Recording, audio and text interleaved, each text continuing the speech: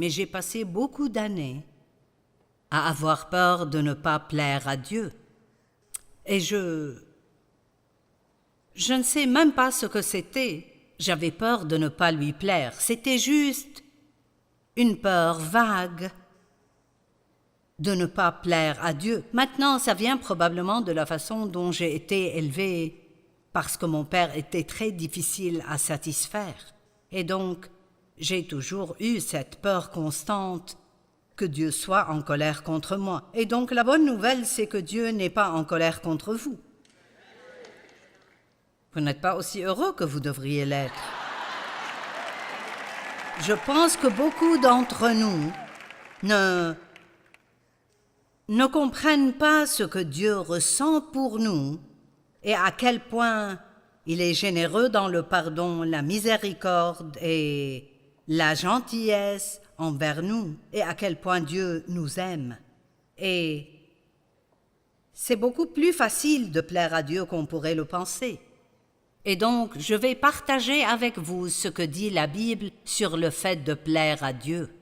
Vous êtes-vous jamais posé cette question? Vous avez un peu peur de ne pas plaire à Dieu et vous vous demandez: ai-je fait assez? Ai-je assez lu? Ai-je assez prié? Nous pensons toujours, si nous faisons assez, Dieu sera satisfait. Mais en fait, l'important, ce n'est pas ce que nous faisons, mais ce qu'il a fait. Et ce qu'il veut que nous fassions, c'est croire en ce qu'il a fait. Non pas essayer de faire quelque chose pour qu'il nous aime, mais croire en ce qu'il a déjà fait. Dans la Bible, vous pouvez lire plusieurs rapports différents. Certains rapports disent qu'il y a 7000 promesses ici, d'autres disent 5, mais je vais en prendre 7. 7000. Et Dieu veut que nous le croyions. Pouvez-vous imaginer combien votre vie changerait si vous croyiez aux 7000 promesses qui sont là, et vraiment, mais vraiment, si vous croyez vraiment ce que la Bible dit de vous? Certaines de ces écritures que nous avons confessées tout à l'heure, je peux tout par celui qui me fortifie, Christ. Mon Dieu, ça change les vies. Se lever chaque jour et ne pas avoir peur d'affronter la journée et croire que quoi qu'il arrive ce jour-là, Dieu vous donnera la force d'y faire face et de vous en occuper. Nous ne savons jamais ce qui va se passer un jour donné, mais Dieu nous aidera et il nous donnera la force de faire ce que nous devons faire. Mais il veut que nous croyions. Ainsi, dans Hébreux 11:6, qui est notre verset central pour cette série, la Bible dit: « Or, sans la foi, il est impossible de plaire et d'être agréable à Dieu,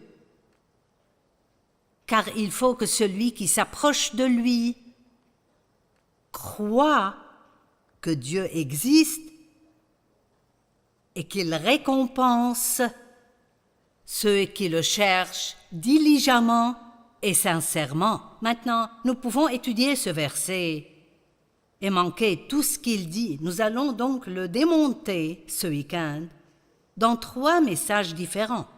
Sans foi, il est impossible de plaire à Dieu.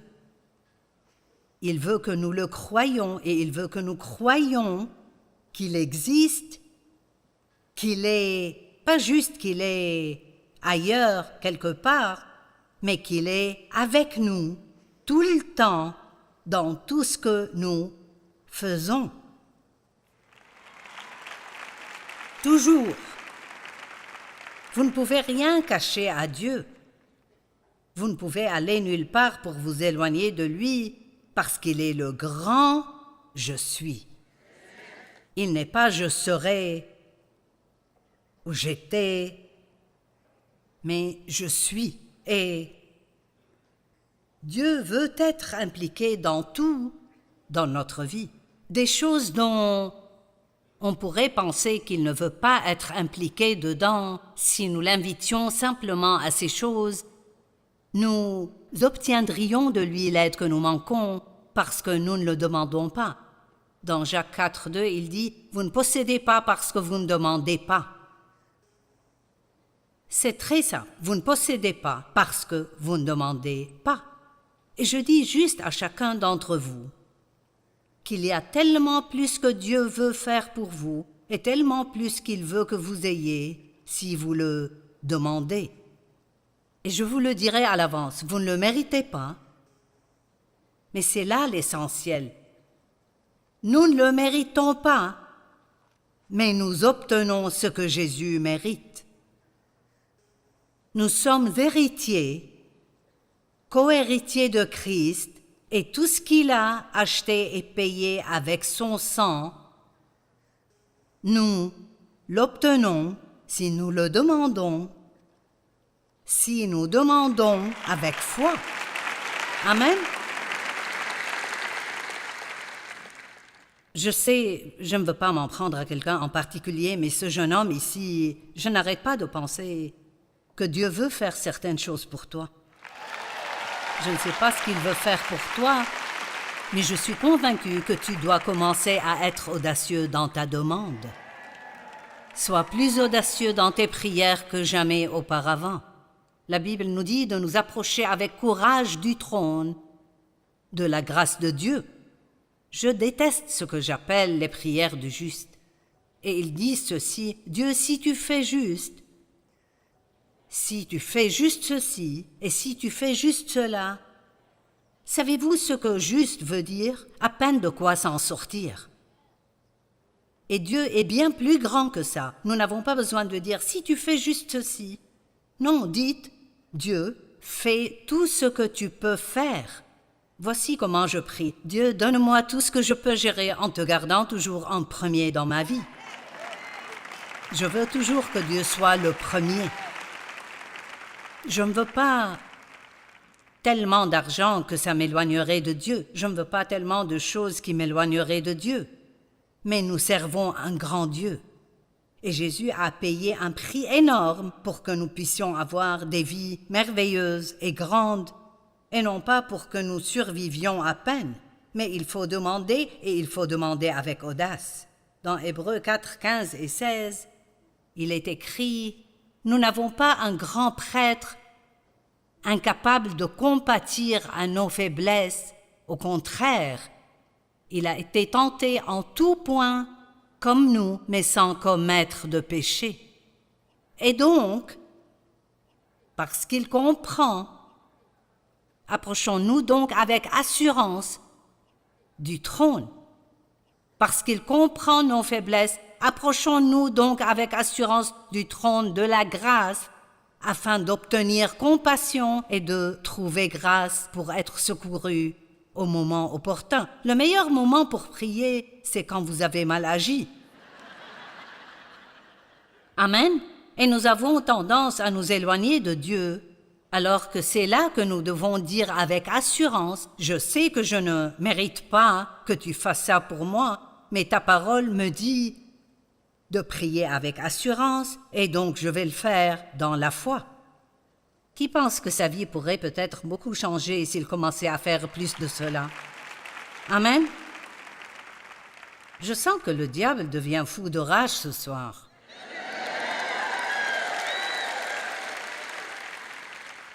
Croyez que Dieu existe. Et j'aime cette partie. Je vais enseigner sur chacune d'elles. Pas toutes ce soir, mais c'est lui qui récompense. Waouh, j'adore ça. La Bible a tant à dire sur les récompenses qui nous attendent. Jésus revient avec des récompenses pour les œuvres que vous avez accomplies avec un motif pur. Nous ne sommes pas récompensés pour le travail que nous faisons pour obtenir quelque chose, ou pour être vus, ou pour être remarqués, ou pour essayer d'acheter Dieu, mais pour tout ce que vous faites, parce que vous aimez Dieu, et vous aimez les gens, il y a une récompense qui viendra. Je ne peux pas imaginer ce que Dieu pourrait proposer comme récompense.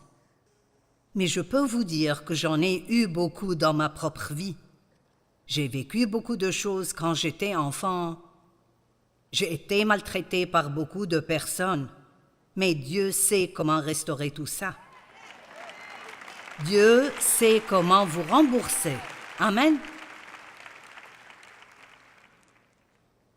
La foi est définie comme ceci. C'est la ferme assurance des choses qu'on espère.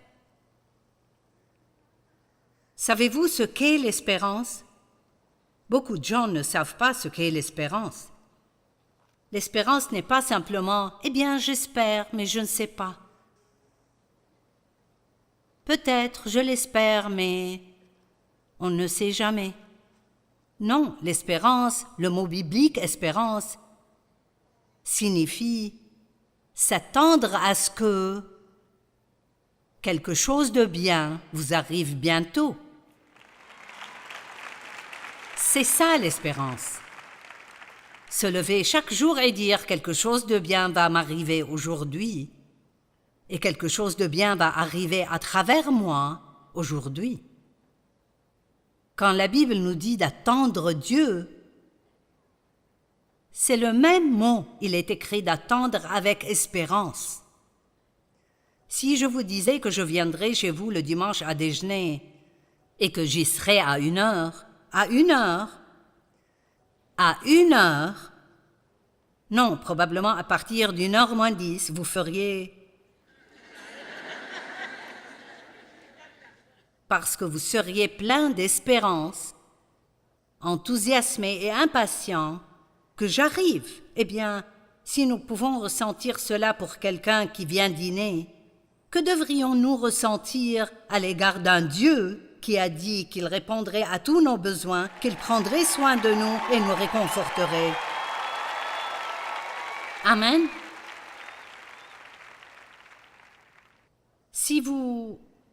Lorsque vous arrivez au point où vous pouvez croire que Dieu est avec vous tout le temps et qu'il veut être impliqué dans tout ce que vous faites, cela change toute votre relation avec lui. Et en 1976,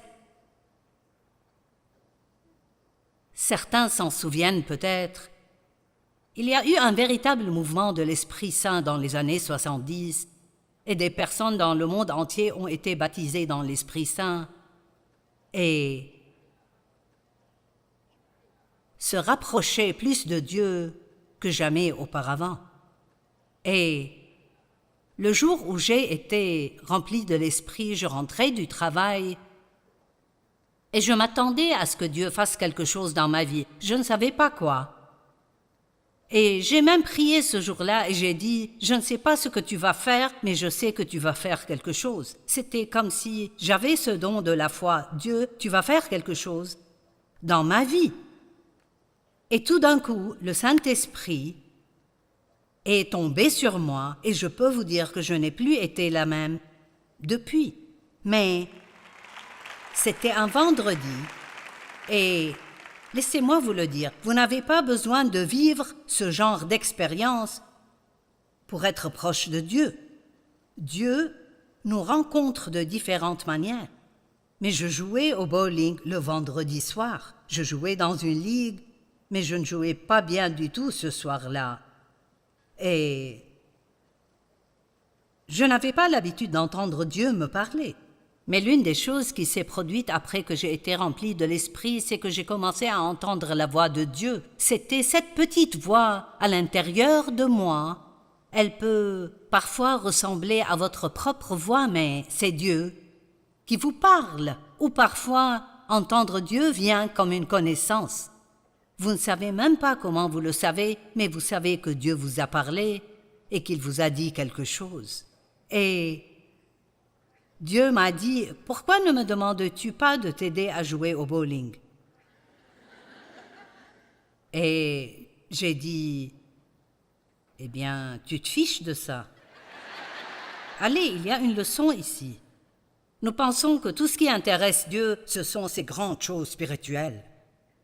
Notre vie de prière, le fait d'aller à l'église et combien de la Bible nous lisons. Mais le fait est qu'il se soucie de vous et de tout ce que vous faites. Et il n'y a aucun domaine où vous ne pouvez pas demander à Dieu de s'impliquer dans votre vie. Allez, vous m'entendez?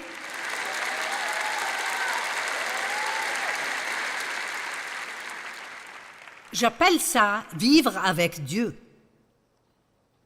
Tout ce que vous faites, vous conduisez dans les embouteillages avec lui, vous nettoyez la maison avec lui, vous lui parlez, vous l'écoutez, vous lui dites.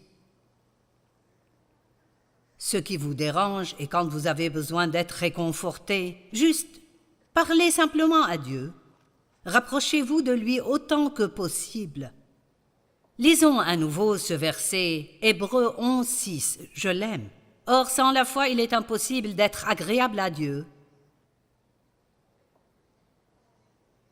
Car il faut que celui qui s'approche de lui croie que Dieu existe et qu'il récompense ceux qui... Il y a un grand mot qui vient ici. Le cherche sincèrement et diligemment. Diligemment.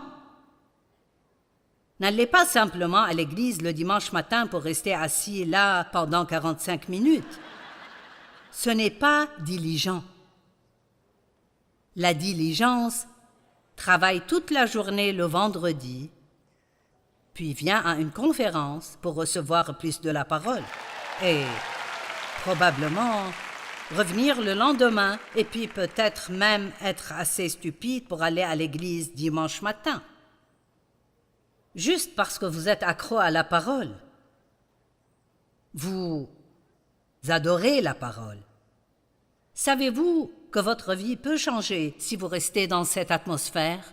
Si je ne dis rien qui signifie quoi que ce soit pour vous, vous êtes dans une pièce pleine de l'onction de Dieu. Pensez-y. Chaque croyant a une onction.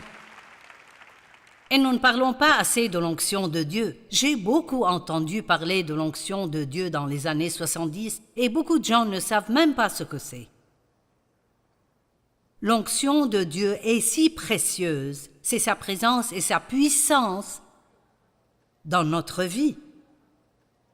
Et quand Dieu vous oint pour faire quelque chose, ça rend les choses si faciles, vraiment très faciles. Et chaque personne qui est croyante a une onction en elle. Ainsi, vous êtes assis ici avec des centaines de personnes ointes. Allez! Ce n'est pas comme tous ces gens grincheux avec qui vous travaillez, ou les gens enragés au volant qui ne vous laisse pas faire une seule erreur. Vous êtes assis dans une pièce remplie de gens pleins de l'amour de Dieu, pleins de sa puissance, pleins de son onction. Et je vais vous le dire, vous pouvez être si bénis dans cette atmosphère. La Bible dit que l'onction de Dieu brise le joug de l'esclavage. Amen. Et c'est pour cela que j'ai prié pour cette conférence, pour que l'onction soit si forte que les jougs soient brisés chez tout le monde. Toutes sortes de jougs, toutes sortes de dépendances brisées, de chaînes brisées de sur vous. Nous ne sommes pas des prisonniers. Jésus est venu ouvrir les portes de la prison et libérer les captifs. Mais certains d'entre nous sont en prison depuis si longtemps qu'ils ne savent pas comment en sortir. Amen. La foi, c'est la ferme assurance des choses qu'on espère, la démonstration de celles qu'on ne voit pas. Donc, la foi est pour les choses que vous ne voyez pas. Mais vous croyez qu'elles existent dans le domaine spirituel et que si vous continuez à croire et à attendre Dieu, elles viendront jusqu'à vous et se manifesteront dans votre vie juste au bon moment. Amen. Ce que j'ai appris à dire, et je pense que c'est une bonne chose, c'est que nous recevons les promesses de Dieu par la foi et la patience. La foi et la patience. Et je peux juste vous dire que lorsque vous demandez à Dieu de faire quelque chose pour vous, et vous attendez avec foi, vous croyez que vous l'avez reçu.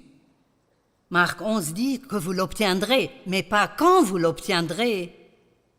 Et c'est là le plus difficile. Il y a un début et une fin, mais il y a un milieu. Et il me semble que nous passons beaucoup de temps au milieu.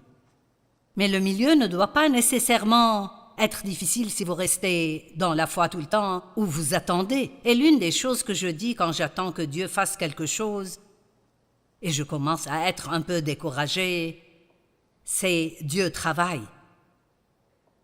Et la Bible dit que tant que nous croyons que Dieu agit. Donc, vous avez un enfant qui a des problèmes et vous priez, Dieu travaille. Vous avez un mari ou une femme qui ne croit pas et vous priez, Dieu travaille.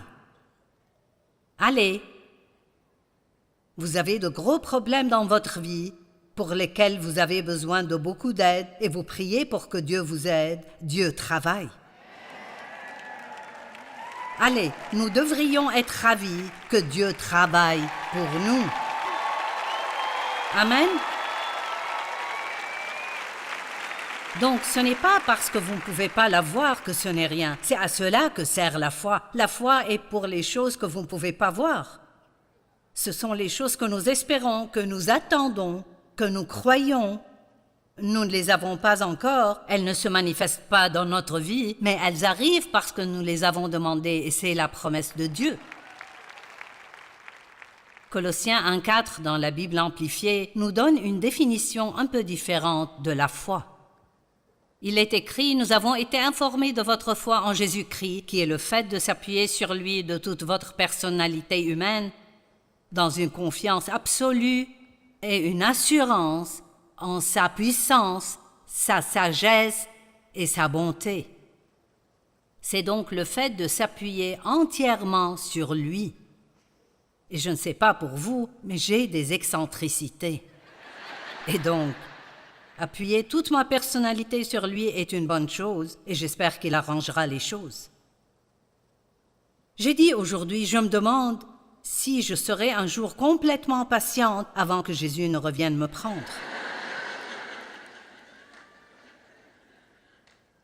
Dave essayait de coiffer